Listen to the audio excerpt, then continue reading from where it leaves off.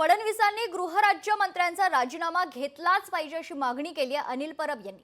फडणवीसांनी कणखरपणे राजीनाम्याचा निर्णय घ्यावा। अवैध प्रकार सुरू नव्हते, मग परवाना का परत केला असा सवाल देखील परबांनी उपस्थित केला। याआधी 3 वेळा छापे मारण्यात आले, दरवेळी डान्स बार सुरू असल्याचं समोर आलंय।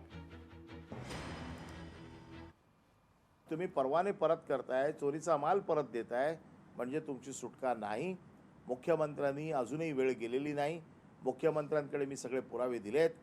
काल देखील मी काय कारवाई केली, याच्या पूर्वी देखील 3 वेळा छापे पडलेत। परवाना धारकावरती कुठली कारवाई झालेली नाही। बाकीच्या वेळेला ज्या वेळेला अशा प्रकारची डान्स बारवरती रेड पडते, त्यावेळेला परवाना धारकावर पण कारवाई होते। ही कारवाई ह्यांच्यावर का होत नाही? राजकीय दबावाखाली पोलीस आहेत आणि म्हणून यांच्यावरती मुख्यमंत्र्यांनी ताबडतोब कारवाई करावी, यांचा राजीनामा घ्यावा।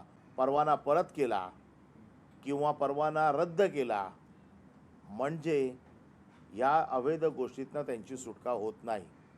सावली बार अँड रेस्टॉरंटचा परवाना हा बार अँड रेस्टॉरंट चालवण्यासाठी दिला होता, तिथे डान्स बार चालवण्यासाठी दिला नव्हता, तिथे अवैध धंदे करण्यासाठी दिला नव्हता, तिकडे वेश्या व्यवसायासाठी दिला नव्हता, तिथे पिकअप पॉईंटसाठी दिलेला नव्हता। ज्या वेळेला काल मी पोलिसांकडे गेलो, त्यावेळेला आज त्यांनी परवाना परत केलेला आहे।